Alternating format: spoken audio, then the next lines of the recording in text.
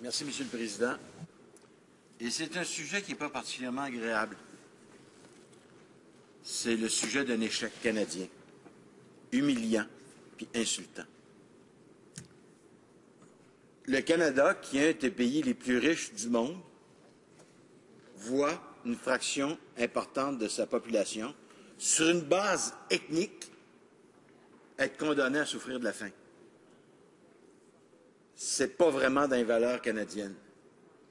Moi, quand j'ai commencé à militer dans le NPD, Tommy Douglas était encore député. Il n'était plus chef du parti, mais il était encore là.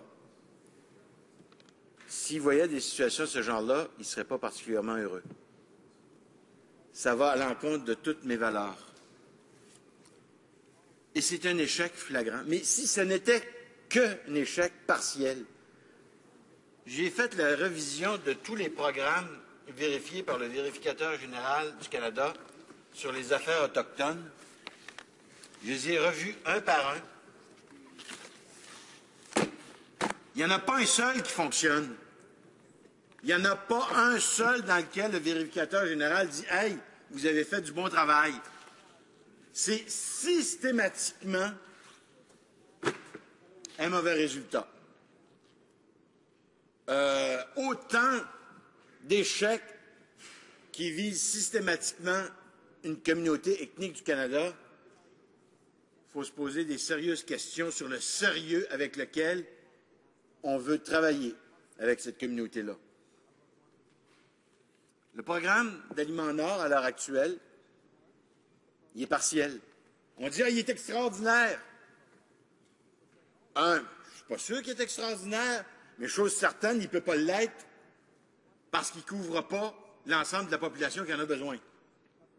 Comment un service peut-il être utile quand on décide que 50 communautés n'y auront pas accès? À sa base même, ça ne peut pas fonctionner. Le vérificateur général n'a pas été satisfait des analyses du ministère sur leur propre performance.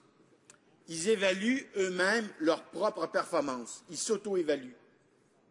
Le vérificateur général a dit « Hey, vous indiquez des baisses de prix alors que moi, je vois des hausses de prix. » Théoriquement, ce programme-là devait aider à baisser les prix. Le vérificateur général il dit « Hey, vos chiffres, là, je ne les comprends pas. J'arrive pas à comment penser que vous arrivez à des baisses de prix. » Mais ça, ils n'en parlent pas, hein? Ils ont dit qu'ils ont fait faire les corrections, mais le vérificateur général est arrivé et a dit « Avez-vous demandé aux gens qui vendent les aliments si la subvention, ils la gardent pour eux autres mêmes ou ils la reflètent par une baisse des prix? » Et à l'époque, le ministère a répondu au vérificateur général « On ne peut pas faire ça. Ça irait à l'encontre du secret commercial de ces entreprises-là. » Wow! Bravo!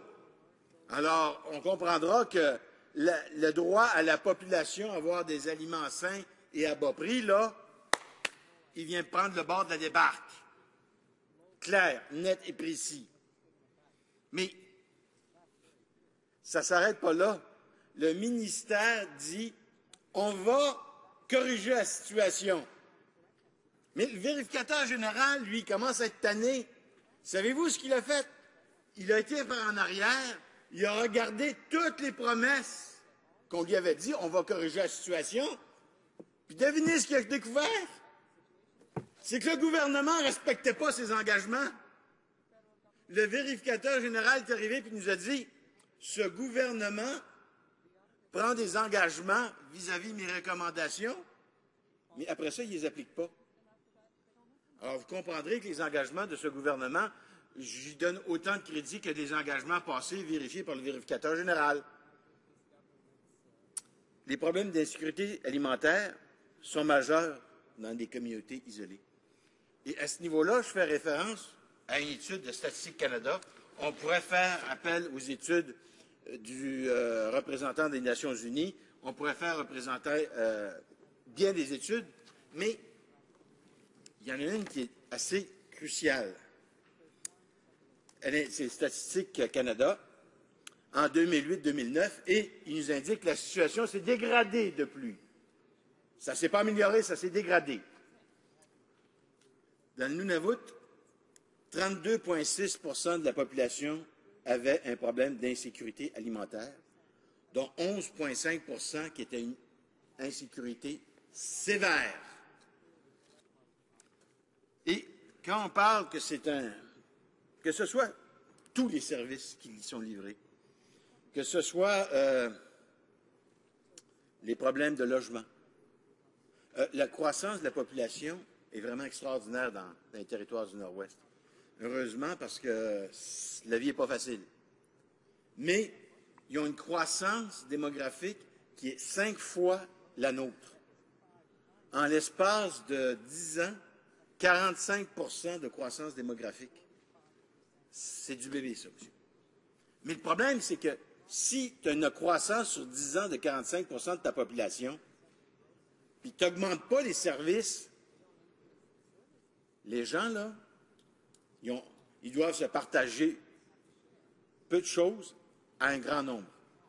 À moins que les conservateurs se prennent pour le Christ, qu'ils fassent la multiplication des pains et des poissons, là, c'est évident qu'il y a des gens qui souffrent de la faim et qui vont continuer de souffrir de la faim parce que la croissance démographique fait qu'ils sont de plus en plus nombreux à se partager un panier d'alimentation qui reste stable. Ça ne prend pas une tête à Papineau pour comprendre ça. On peut parler, on a parlé du logement, on a parlé aussi de l'eau potable, de l'accès à l'éducation de qualité. Il n'y a rien qui fonctionne, rigoureusement rien. À tel point que, dans un rapport sur la question des pensionnats autochtones, un juge a déclaré que c'était un génocide culturel. Monsieur le Président, laissez les gens souffrir de la faim, sciemment, volontairement, parce que là, on leur a dit, tout le monde leur a dit, les gens ont faim. Ils visitent des dépotoirs, ce n'est pas par pur plaisir. Ils veulent manger. Ils n'ont pas accès à de la nourriture de qualité. Ils n'ont pas accès à des logements de qualité. Ils n'ont pas accès à l'eau potable. Ils n'ont pas accès à des soins de santé. Tout ça a des impacts majeurs sur leur situation. Le nombre d'enfants qui meurent en bas âge, l'espérance de vie beaucoup plus courte, des problèmes de santé majeurs, des problèmes de toxicomanie. Nommez-les, ils les ont toutes. La seule chose qu'ils n'ont pas, c'est des solutions. Le présent projet leur présente une solution, Monsieur le Président. C'est une solution équilibrée.